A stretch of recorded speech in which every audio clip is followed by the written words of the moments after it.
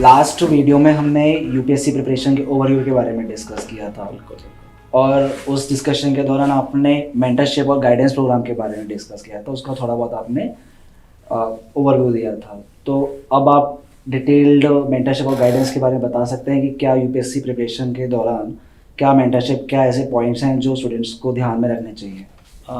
अभी अगर current pattern की बात करें, जैसे बहुत सारे बच्चे जो कहीं से कोचिंग से पढ़ाई करते हैं या फिर खुद से सेल्फ स्टडी भी करते हैं, तो उनको एक कांस्टेंट सपोर्ट कहीं से वो गाइडेंस लेते रहते हैं, है ना। बहुत बेसिक चीज़ है, चाहे आप किसी भी एग्ज़ाम की तैयारी करते हो आपको गाइडेंस चाहिए होता है।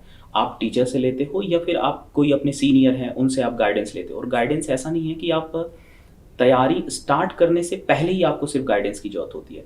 ये एक ऐसा जर्नी है जो थ्रू आउट द ईयर, पूरे प्रिपरेशन के दौरान आपको गाइडेंस चाहिए होगी। गाइडेंस सिर्फ इस बात की ज़रूरत नहीं होती कि आपको क्या पढ़ना है, कहाँ से पढ़ना है, बल्कि बहुत सारी चीज़ें कन्फ्यूजन बीच में हो जाता है स्टूडेंट्स को।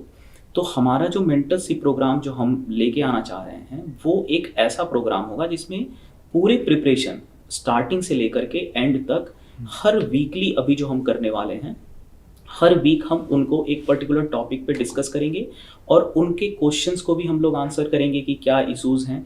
और ये जो हमारा स्टेजेज होगा ना, ये जिस एग्जैक्टली कोई स्टार्टिंग से प्रिपरेशन स्टार्ट करता है, फिर नेक्स्ट वीक उनको वो जो भी पढ़ रहा होता है, क्या पढ़ रहा होता है ना, फिर उसके अगले वीक, तो इस पे एक सिस्टमैटिक ऑर्डर में ये बेस्ड होगा। और फ्यूचर में हम लोग इसमें जैसे कि सेमिनार्स हैं या वेबिनार्स हैं और मेंटरशिप प्रोग्राम है, काउंसलिंग्स हैं, इन सारे चीज़ों को भी इसमें ऐड करेंगे। सब जैसे आपने बताया कि mentorship programme throughout the आपकी जो प्रिपरेशन है उसमें ज़रूरत है, तो मेजरली मेंटरशिप प्रोग्राम आपको या मेंटरशिप जो गाइडेंस है वो इसलिए ज़रूरी होती है कि सिलेबस इतना वास्ट है। बिल्कुल। कैंडिडेट जब तैयारी करने बैठते हैं उन्हें ये मालूम ही नहीं पड़ता कि कैसे पढ़ाई करनी है, क्या चीज़ें को इम्पोर्टेंट हैं, क्या चीज़ नहीं है, कुछ आइडिया नहीं रहता है। और उसके लिए बहुत सारे यूट्यूब ट्यूटोरियल्स भी देखते हैं, नेट पे भी सर्च करते हैं, बट एक फिक्स उन्हें आइडिया फिर भी नहीं लग पाता है। Exactly. तो प्रीलिम्स, मेरा क्वेश्चन लाइक प्रीलिम्स के लिए है प्रिसाइजली। प्रीलिम्स की जब प्रिपरेशन करने बैठे उसका सिलेबस क्या ध्यान में रखें, कैसे उसको आगे कैरी करें प्रिपरेशन? बेसिकली हम लोग प्रीलिम्स जो कि एग्ज़ाम का फर्स्ट स्टेज है ना, और कोई भी जब आप देखो कि फर्स्ट टाइम किसी ने डिसाइड किया कि उसे यूपीएससी की तैयारी करनी है, सिविल सर्विसेज का एग्ज़ाम देना चाहता है, तो पहली चीज़ जो उसके सामने आती है वो है प्रीलिम्स एग्ज़ाम। ठीक है। और प्रीलिम्स के सिलेबस को समझना बहुत ज़रूरी है। अगर कोई स्टूडेंट्स ऐसा सोचता है कि उसने कुछ किताबें ले आई, कहीं से सुना कि हाँ एनसीईआरटी हो, किताबें अगर सही भी हो, है ना, तो भी सिलेबस को guide banana is very important. Syllabus को अच्छे से समझना, उस सिलेबस को अच्छे से समझ करके उसके अनुसार काम करना, ये बहुत महत्वपूर्ण है। दूसरी चीज़ है कि अगर आप प्रीलिम्स के सिलेबस को देखो तो काफ़ी बहुत ही जेनरिक सिलेबस लिखा हुआ है, काफ़ी डिटेल में नहीं है वो, है ना। तो इसमें भी जैसे फॉर एग्जांपल आप देखोगे कि इंडियन हिस्ट्री, अगर सिर्फ इंडियन हिस्ट्री लिखा हुआ है तो इंडियन हिस्ट्री में आप क्या पढ़ोगे, तो ये भी एक चैलेंज है। इसको कैसे करें सॉर्ट आउट, तो इसके लिए हम प्रीवियस ईयर क्वेश्चंस को देखते हैं, है ना। तो आज हम लोग सिलेबस के बारे में ही डिटेल में डिस्कस करेंगे कि सिलेबस क्या है प्रीलिम्स एग्जाम का। So UPSC as a topic मेरे is a very close to my heart, क्योंकि मैंने भी प्रिपरेशन करी है यूपीएससी। तो मेरे जब मैं प्रिपेयर कर रहा था, एक ऐसा टाइम पीरियड आता है जहाँ पे आप कंफ्यूज हो जाते हो कि प्रीलिम्स और मेंस में कि हम क्योंकि दोनों की तैयारी ओवरलैप करती है और सिलेबस भी एक तरह से बहुत हद तक ओवरलैप करते हैं। तो बाइफरकेट कैसे करें जब एग्ज़ाम क्लोज आ रहा है, एग्ज़ाम पास आने वाला ही है, तो आप इसको कैसे बाइफरकेट करेंगे कि मैं अभी प्रीलिम्स पे स्ट्रिक्ट करूँ और रिस्ट्रिक्ट हो जाऊँ, या फिर मेंस कब तक दोनों को साथ में लेकर चलता रहूँ? देखिए, जैसे सबसे पहले तो हमें ये क्वेश्चन जनरली उन कैंडिडेट्स के लिए जो 2023 में अपीयर होने वाले हैं अभी, ओके, तो उनके लिए आप बताइए। अभी जो 2023 के लिए प्रिपेयर कर रहा है ना, आई थिंक कि वो इस स्टेज में होगा कि उसने कई जो बेसिक किताबें हैं, जो एनसीईआरटी की किताबें हैं या जो अच्छी किताबें हैं, जो रिकमेंडेड बुक्स हैं, उन सबको वो पढ़ लिए होंगे या पढ़ रहे होंगे, तो उनको एक बेसिक सिलेबस का अंडरस्टैंडिंग होगा, राइट। और वो ये चीज़ देख रहे होंगे कि मेंस का जब वो पढ़ाई करते हैं ना, तो हम लोग ऐसे नहीं करते हैं कि प्रीलिम्स को पहले पढ़ रहे हैं या मेंस को बाद में पढ़ रहे हैं, क्योंकि पढ़ने की चीज़ें सेम हैं। आपका अप्रोच अलग हो सकता है। कुछ सिलेबस में कुछ टॉपिक्स हैं जो प्रीलिम्स में नहीं है, मेंस में है, या प्रीलिम्स में है और मेंस में नहीं है, तो आप उन टॉपिक्स में कर सकते हैं कि चलो मेंस की टॉपिक है तो हम प्रीलिम्स की तैयारी के बाद उसको पढ़ें, है ना। लेकिन आज के टाइम पे जो ज़्यादातर जो सिलेबस हैं, जो कॉमन सिलेबस हैं, वो आप एक ही साथ पढ़ते हैं। जब प्रीलिम्स एग्ज़ाम पास आता है तो आप उसकी प्रैक्टिस, प्रीलिम्स फोकस्ड प्रैक्टिस करते हैं। तो यहाँ पे अभी जो है मुझे लगता है कि ज़्यादातर स्टूडेंट्स जनवरी या उसके बाद ही प्रीलिम्स स्पेसिफिक प्रिपरेशन करना स्टार्ट करते हैं। अभी वो एक जनरल चीज़ पढ़ रहे हैं, अपने सिलेबस को पूरा कर रहे हैं, और सिलेबस को पढ़ते टाइम पे भी उनको क्वेश्चन की प्रैक्टिस करनी चाहिए। और मुझे लगता है कि प्रीलिम्स के क्वेश्चन के साथ साथ मेंस के क्वेश्चन की भी प्रैक्टिस स्टार्टिंग से करनी चाहिए। With respect to this question is with respect to 2024 or for candidates who are appearing 2024, क्योंकि वो आई थिंक अभी या तो ग्रेजुएशन कंप्लीट कर रहे होंगे, फाइनल ईयर में, या हो सकता है एक दो जो न्यूली कैंडिडेट्स है ना, बिल्कुल कि अब उन्हें बैठना है एग्जाम में, उनके लिए क्वेश्चन है कि वो तैयारी कैसे स्टार्ट करें। क्योंकि एनसीईआरटीज का मेनली एक डिलेमा रहता है कैंडिडेट्स के माइंड में कि एनसीईआरटीज को पहले 6 to 12 करे, क्योंकि कैंडिडेट्स बहुत बर्डन हम समझते हैं कि 6 से कौन लेके बैठे, डायरेक्ट 11 12 की कर लो और स्टैंडर्ड जो बुक्स आपको ऑनलाइन दिख रही हैं वो कर लो। मेरे माइंड में भी यही क्वेश्चन था, तो इसको कैसे टैकल करें? देखिए, अभी जो हम लोग आज की वीडियो में जो हम लोग डिस्कस करेंगे ना, वो है कि हम लोग अपने सिलेबस को पहले समझेंगे, प्रीलिम्स के सिलेबस को। और जो भी बिगिनर्स हैं उनके लिए सबसे पहले तो यही ज़रूरी है कि वो प्रीलिम्स के सिलेबस को समझें। फिर हम लोग ये सारे जो डायलेमा हैं उससे संबंधित कि एनसीईआरटी 6 से पढ़े या 11 12 ही पढ़ ले ना, इन सारे क्वेश्चंस को हम लोग एक 1 by 1 हम लोग व्यूअर से भी क्वेश्चंस लेंगे और उसको हम लोग लाइव में ही डिस्कस करेंगे। तो जस्ट 1-2 मिनट में मैं ये बताना चाहता हूँ, ज़्यादातर लोग सिलेबस को देखते हैं बट उसको एनालाइज नहीं कर पाते हैं, है ना। या सिलेबस, अगर प्रीलिम्स की आप सिलेबस की बात करो, फॉर एग्जांपल जो जीएस पेपर 1 है प्रीलिम्स का, उसके सिलेबस में history of India and Indian national movement है। तो अब ये हिस्ट्री ऑफ इंडिया क्या बहुत बड़ी चीज़ है कि सारी हिस्ट्री है, तो इसको एनालाइज कैसे करें, क्योंकि डिटेल्स में दिया नहीं है, डिटेल तो इसकी है नहीं यहाँ पे। तो इसके लिए हम लोग क्वेश्चन को देखते हैं। तो जस्ट मैं जो भी टॉपिक्स हैं जो सिलेबस में हैं उसको 1 by 1 उन सारे सिलेबस को मैं एक बार बताना चाहूँगा। जैसे कि जो फर्स्ट पॉइंट है हमारा, प्रीलिम्स में 2 पेपर हैं, पेपर 1 और पेपर 2। पेपर 1 जो है वो हमारा मोस्टली जनरल स्टडीज से संबंधित है, और पेपर 2 सीसैट है जिसमें एप्टीट्यूड है, लैंग्वेज टेस्ट है। तो पेपर 1 की अगर बात करें तो पेपर 1 में करंट अफेयर है नेशनल और इंटरनेशनल इम्पोर्टेंस का, है ना। कोई भी ऐसा करंट अफेयर जो नेशनल और इंटरनेशनल इम्पोर्टेंस का हो। दूसरा जो पॉइंट है वो history of India and Indian national movement. यहाँ पे एक चीज़ आपको ध्यान देना पड़ेगा कि इंडियन नेशनल मूवमेंट अलग से लिखा हुआ है, although that is part of Indian history, focus करके रखा है। दैट मीन्स कि आपको ये वाला जो पार्ट है नेशनल मूवमेंट वाला, इसमें आपको और डिटेल में पढ़ना है, ठीक है। हिस्ट्री ऑफ इंडिया की अगर मैं बात करूँ तो इसमें आप बिल्कुल एंशिएंट से, इंडियन हिस्ट्री की शुरुआत कहाँ से होती है, जो प्री हिस्टोरिक स्टोन एज का पीरियड है ना। फिर उसके बाद इंडस वैली सिविलाइजेशन या हड़प्पा सिविलाइजेशन जिसको कहते हैं, तो वहाँ से लेकर के जो भी एंशिएंट हिस्ट्री है, फिर मिडाइवल पीरियड में इंडिया में जो मुगल का पीरियड है, या फिर दिल्ली सल्तनत का पीरियड है, मराठा एम्पायर है, ये सारी चीज़ों के बारे में। और जो मॉडर्न पार्ट है हमारा, जब से ब्रिटिश इंडिया में आए तो उनका कैसे वो लोग आए और क्या क्या चीज़ें हुई, क्या उनकी पॉलिसीज़ थी, इन सारी चीज़ को पढ़ना है। और आफ्टर इंडिपेंडेंस जो हमारी हिस्ट्री है उसको भी पढ़ना है, इंडिया आफ्टर इंडिपेंडेंस जो बुक। बिल्कुल। तो इंडिपेंडेंस के बाद भारत की जो हिस्ट्री है उसमें, तो अब आप देखो कि हिस्ट्री जब हम पढ़ते हैं तो ऐसा नहीं है कि हर साल क्या क्या हुआ पिछले 2000 सालों का पढ़ना है ना। तो बेस्ट गाइड अगर प्रीलिम्स का कोई है तो वो है प्रीवियस ईयर क्वेश्चन। नेक्स्ट जो सिलेबस का टॉपिक है वो है इंडिया एंड वर्ल्ड ज्योग्राफी, है ना। इसमें physical, social, economic geography of India and world, 3 तरह की ज्योग्राफी की बात कर रहा है, फिजिकल, सोशल और इकोनॉमिक।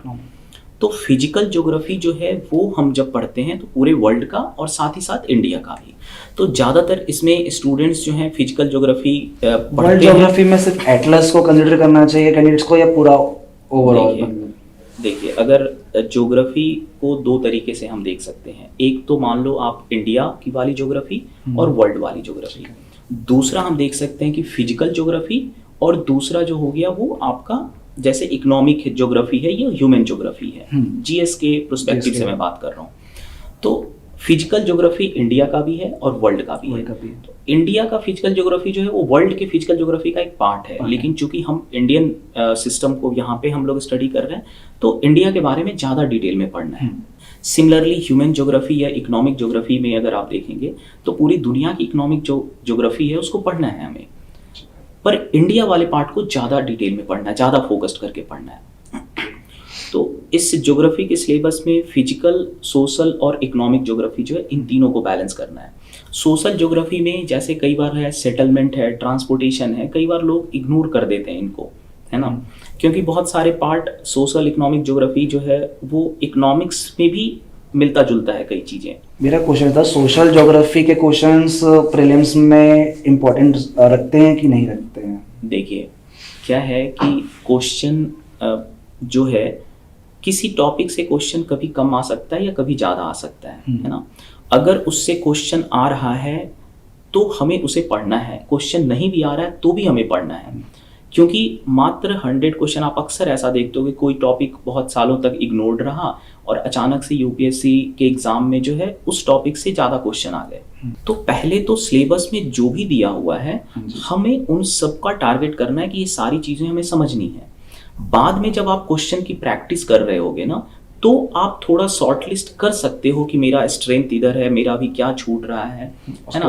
वो तो बाद के तैयारी का पार्ट है, अभी से उसके बारे में नहीं सोचना चाहिए। बहुत सारे बच्चे आप देखोगे कि वो अपने दोस्तों से या फिर अपने आसपास से सीखते हैं कि अरे ये मिडाइवल हिस्ट्री को तो छोड़ देना है अभी, है ना, मैं इसी को करूंगा, उससे क्वेश्चन ही। जनरली देखा भी जाता है कि मिडाइवल हिस्ट्री के क्वेश्चंस थोड़े कम होते हैं विद रिस्पेक्ट टू आपके एंशिएंट। पर ये शुरुआत में नहीं सोचना चाहिए। आपको जो है ना तैयारी की एक स्टेजेस होती है, जो काम आपको 6 महीने बाद करने हैं, सोचना है, वो काम आप पहले करोगे तो नहीं, है ना। जैसे आपने एक टास्क लिया, बहुत सारे पार्ट हैं उसके, आपने सब पे मेहनत की, है ना, तो आप 2 महीने 4 महीने के बाद आप सोचोगे कि चलो मैंने किस में अच्छा परफॉर्म कर रहा हूँ, मैं किस में कम कर रहा हूँ। लेकिन अभी से अगर आप कर लोगे कि नहीं सब लोग ये वाला पार्ट को इग्नोर करते हैं तो मैं भी इग्नोर करूंगा, हो सकता है आपका बेस्ट वही पार्ट हो, है ना, या आपके लिए वो पार्ट बहुत आसान हो, आपके लिए बहुत इंटरेस्टिंग हो। तो शुरुआत में कभी भी ऐसे नहीं छांटना चाहिए, बिल्कुल सिलेबस में जो भी वर्ड्स, जो पॉइंट्स लिखे हुए हैं उसको समझ करके और उसको पढ़ना चाहिए। एक बार जब आप तैयारी में जब आगे जाते हो ना तब वहाँ पे आप थोड़ा बहुत कर सकते हो कि किस चीज़ को पहले मैं करूँ, किसको बाद में करूँ, पर आपको टारगेट रखना चाहिए कि सभी सिलेबस को कंप्लीट करना है। नेक्स्ट पॉइंट जो है वो है इंडियन पॉलिटी एंड गवर्नेंस का, है ना। इसमें 2 चीज़ें लिखी, एक तो Indian polity and Indian governance.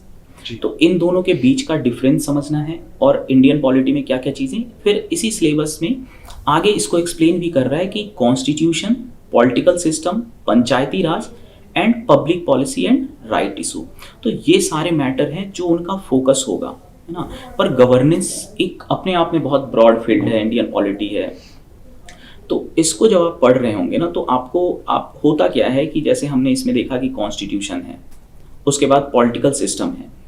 बच्चे जब पढ़ना शुरुआत करते हैं तो सिलेबस तो एक बार देखते हैं वो, पर 1-2 महीने 3 महीने बाद उनके एग्जैक्ट माइंड में नहीं रहता है कि हमें पॉलिटिकल सिस्टम भी पढ़ना है। तो ये इसलिए सिलेबस जो है वो तो बिल्कुल आपको बहुत अच्छे से याद बोला भी जाता है डाउनलोड करके रखो या अपने पास सिलेबस का वो करो, वैसे कोई भी टॉपिक आपका मिस ना हो, है ना। एटलीस्ट आप एक बार तो सबको पढ़े ही पढ़े, आपको एटलीस्ट पता होना चाहिए कि ये पॉलिटिकल सिस्टम है तो वो क्या है ना, क्या क्या चीज़ें इंडियन पॉलिटिकल सिस्टम में आती हैं जो हमें जानने चाहिए, है ना।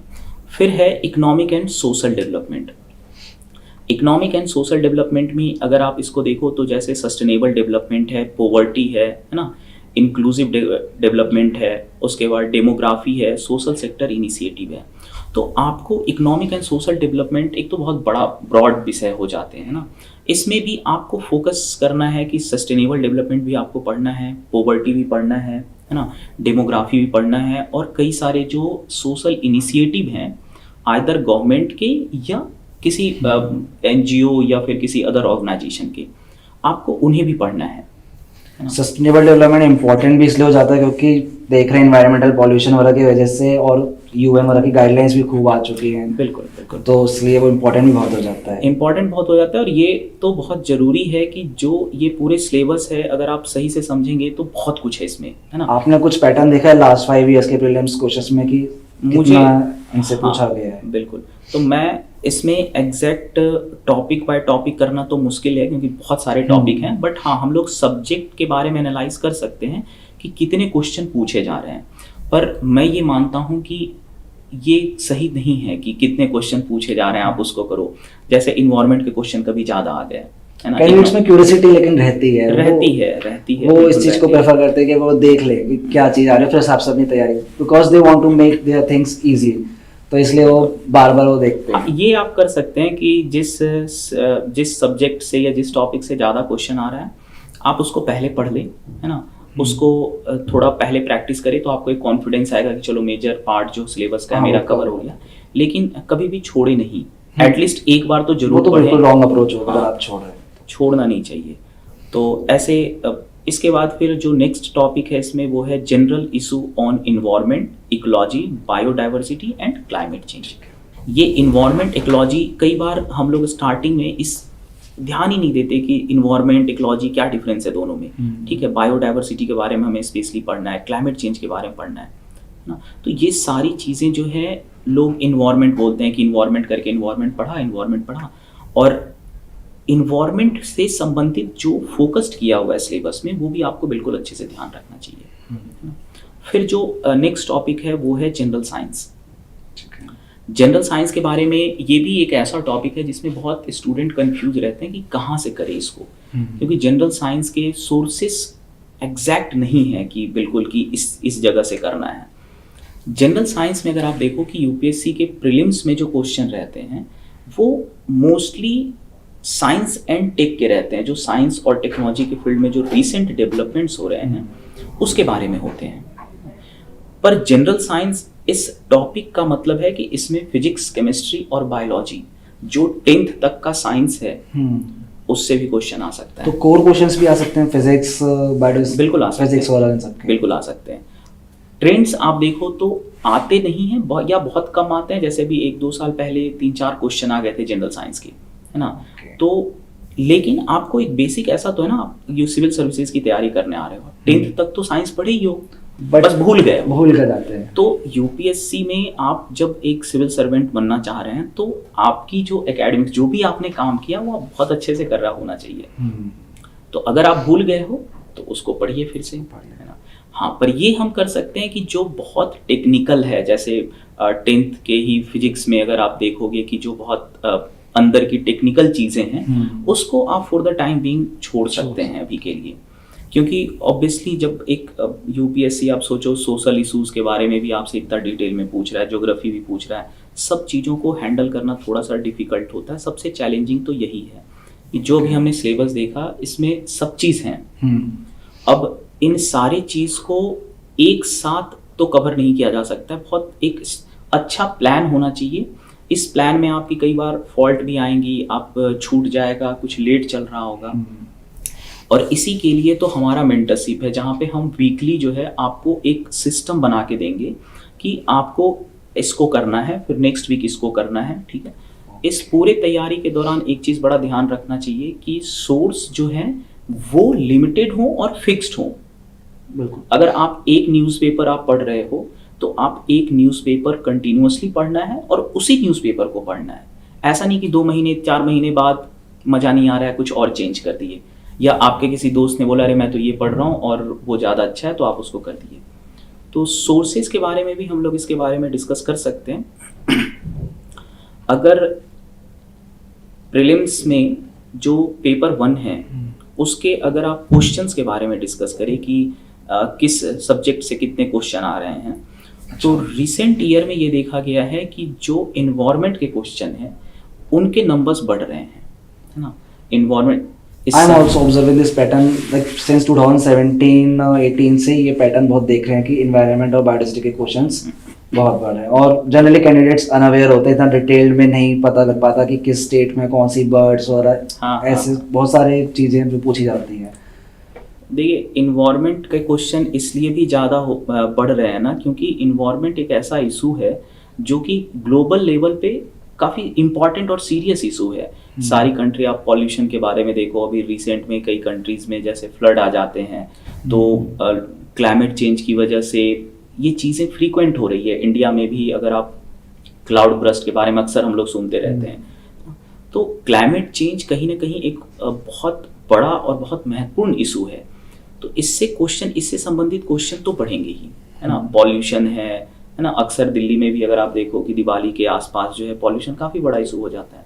तो जो ऐसे प्रॉब्लम्स हैं या इश्यूज़ हैं जिससे लाइफ इम्पैक्ट हो रही है, एक सिविल सर्वेंट कैसे उसके बारे में बहुत अच्छे से नहीं जानेगा, फिर वो अपना काम कैसे कर पाएगा। तो यूपीएससी आपको ऐसा नहीं है कि आपको बस कह रहे कि तुम ये सारी चीज़ें जानते हो तो आ जाओ हम कर लेंगे। वो ऐसे कैंडिडेट ढूंढ रही है जो इन सारी चीज़ों के बारे में अच्छी नॉलेज रखता हो और उसको अप्लाई कर सकता हो, एक्सप्लेन कर सकता हो, है ना। सॉल्यूशंस भी लेके आए, सॉल्यूशन भी लेके आए। और ये सारी चीज़ मेंस में, जब मेंस का आप आंसर लिखोगे तो आप सॉल्यूशन, प्रॉब्लम, इन सारी चीज़ों को तो आप करोगे ही, तो आपको होना ही चाहिए।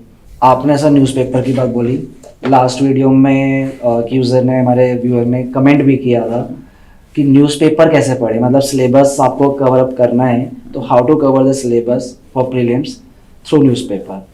क्योंकि यूट्यूब वगैरह पे बहुत सारे एनालिसिस वीडियोस वगैरह मिल जाते हैं, तो कैंडिडेट सोचते हैं कि चलो ठीक है 20 मिनट की वीडियो देख ली, 30 मिनट की वीडियो देख ली और न्यूज़पेपर को स्किप कर देते हैं। तो आपको क्या लगता है कि ये अप्रोच सही है? नहीं, बिल्कुल नहीं। जब तैयारी हम स्टार्ट करते हैं ना, तो दो चीज़ें हैं जो कि सबसे पहले लोग सोचते हैं कि एक तो न्यूज़पेपर पढ़ना स्टार्ट करते हैं। आप बहुत सारे ऐसे स्टूडेंट को देखेंगे जो कॉलेज में पढ़ाई कर रहे हैं, अभी उन्होंने सब्जेक्ट्स पढ़ना स्टार्ट नहीं किया, बट वो न्यूज़पेपर स्टार्ट कर देते हैं। न्यूज़पेपर पहले, अभी के समय में देखा जा रहा है, खास करके ये कोविड के बाद, आपको हर न्यूज़पेपर की एनालिसिस जो है वीडियो बनाई जाती है। बहुत सारे चैनल्स पे ये एनालिसिस वीडियो बनती है। इसमें से कई सारे अच्छे भी होते हैं, पर प्रॉब्लम ये है कि जब कोई आपके बिहाफ पे एनालाइज कर दे तो फिर आप क्या करोगे। बिल्कुल। यूपीएससी की तैयारी सिर्फ ये नहीं है ना कि आपको बहुत जानकारी है, आपको सब चीज़ पता है। आपको एनालिसिस का प्रैक्टिस भी करना पड़ेगा। जब हम एक आर्टिकल या किसी ऑथर के द्वारा लिखी हुई एक आर्टिकल है या एडिटोरियल है, जब उसको हम पढ़ते हैं तो हमारा माइंड एक तरह से उस पर फंक्शन करता है कि उस पर हम क्या इन्फर कर सकते हैं। शुरुआत के दिनों में आप देखोगे कि एस्पिरेंट जो हैं वो न्यूज़पेपर के आर्टिकल से बहुत कुछ नहीं निकाल पाते हैं। उनको ये नहीं समझ में आता है कि कैसे, कई सारे स्टूडेंट्स को, कि इसका हम कैसे एग्जाम में यूज़ करें। इवन पढ़ भी नहीं पाते हैं, फुल आर्टिकल भी नहीं पढ़ पाते हैं। तो यही तो सीखना है। अगर इस सीखने वाले स्टेज को स्केप कर दिए और आपने किसी एनालिसिस वीडियो देख लिया, आपको बता दिया, तो आपके पास एक कंटेंट तो हो जाएगा, बट आपका माइंड वो चीज़ नहीं कर पाएगा जिसकी ज़रूरत है यूपीएससी में। तो मुझे लगता है कि एक न्यूज़पेपर आप बिल्कुल, जब आपने सोचा कि आप पढ़ते हो, तैयारी करनी है, एक न्यूज़पेपर कोई सेलेक्ट कर लीजिए, ठीक है। जिस भी लैंग्वेज, आज के समय पे तो देखिए रीजनल लैंग्वेज में भी अच्छी न्यूज़पेपर अवेलेबल हैं, है ना। हिंदी में भी हैं, इंग्लिश में भी हैं। तो आप एक अच्छी न्यूज़पेपर सेलेक्ट कर लीजिए और उसको एक फिक्स टाइम कर लीजिए कि 1 घंटा से ज़्यादा ना, 1 घंटे के आसपास रेगुलर आप उसको पढ़ें, अच्छी न्यूज़ को पढ़ें। हाँ, शुरुआत में ये हो सकता है कि आप कुछ ऐसे भी न्यूज़ पढ़ रहे हैं जो आपके लिए उतना इम्पोर्टेंट नहीं है, पर ठीक है, शुरुआत में तो तभी तो हम लोग चीज़ें सीखते हैं। धीरे धीरे जब आपको सिलेबस पूरा पता हो जाएगा, है ना, क्वेश्चन के पैटर्न आपको पता होने लगेंगे, किस तरह का क्वेश्चन पूछता है, तो आप धीरे धीरे ट्रैक पे आ जाएंगे। शुरुआत के दिनों में अगर न्यूज़पेपर पढ़ने से आपको लगे कि क्या ही पढ़ रहे हैं, इससे अच्छा तो एनालिसिस देख लेते हैं, हाँ, है ना, तो आपको घबराना नहीं चाहिए। स्टार्टिंग के पीरियड में न्यूज़पेपर पढ़ने में दिक्कतें होती हैं, आप कंटिन्यू करिए उसको, 1 महीने 1.5 महीने में आपको बहुत अच्छा आप पढ़ने लगोगे। इसी से रिलेटेड एक और कमेंट था कि अगर कोई कैंडिडेट न्यूज़पेपर पढ़ रहा है तो फिर जो आपके मंथली करंट अफेयर मैगजीन्स आती है, फिर उनकी पढ़ने की नीड रह जाती है या फिर दोनों साथ साथ चले? ओके, देखिए न्यूज़पेपर, या दोनों सब्स्टिट्यूट हैं एक दूसरे के, ऐसा कुछ हो? न्यूज़पेपर पढ़ना तो बिल्कुल ज़रूरी है, ठीक है। पहले के टाइम पे इतने करंट अफेयर मैगजीन लोग तो पढ़ते नहीं थे, इतने आते ही नहीं थे। अब ये है कि हाँ, करंट अफेयर मैगजीन मंथली, अगर कोई एक मैगजीन पढ़ रहे हैं आप, जिसमें सारे जितने भी तरह के करंट अफेयर है उन सबको समराइज करके दिया हुआ है, तो आप उसको एज ए रिवीजन टूल को की तरह इस्तेमाल कर सकते हैं। आपने 30 दिन तक न्यूज़पेपर पढ़ा, ठीक है, और उन्हीं चीज़ों का एक आपको मंथली एंड में अगर मिल जाए जिसमें उन सारे इश्यूज़ का समरी जैसा दिया हो, तो ये अच्छी चीज़ है, उसको पढ़ सकते हैं। प्रॉब्लम बस ये है कि बहुत सारे कैंडिडेट्स या एस्पिरेंट जो हैं वो इसमें भी शिफ्ट करते रहते हैं। एक मंथली मैगज़ीन से ज़्यादा नहीं, ठीक है? आपको कोई सी भी किसी की भी आप मंथली मैगज़ीन आप पढ़ सकते हैं। अच्छा बात है जब आपको पूरे मंथ का जो न्यूज़ है वो रिवीजन हो जाता है। अगर कोई चीज़ न्यूज़पेपर में आपसे छूट गया हो तो यहाँ दिख जाएगा आपको मंथली मैगज़ीन में, या अगर मंथली मैगज़ीन में कोई इशू के बारे में नहीं आया हो तो आप न्यूज़पेपर में वो आपका मिला-जुला वो हो जाएगा। Thank you, sir. Thank you everyone for watching this video. Subscribe to the Indian Express Education channel for more such informative videos on UPSC.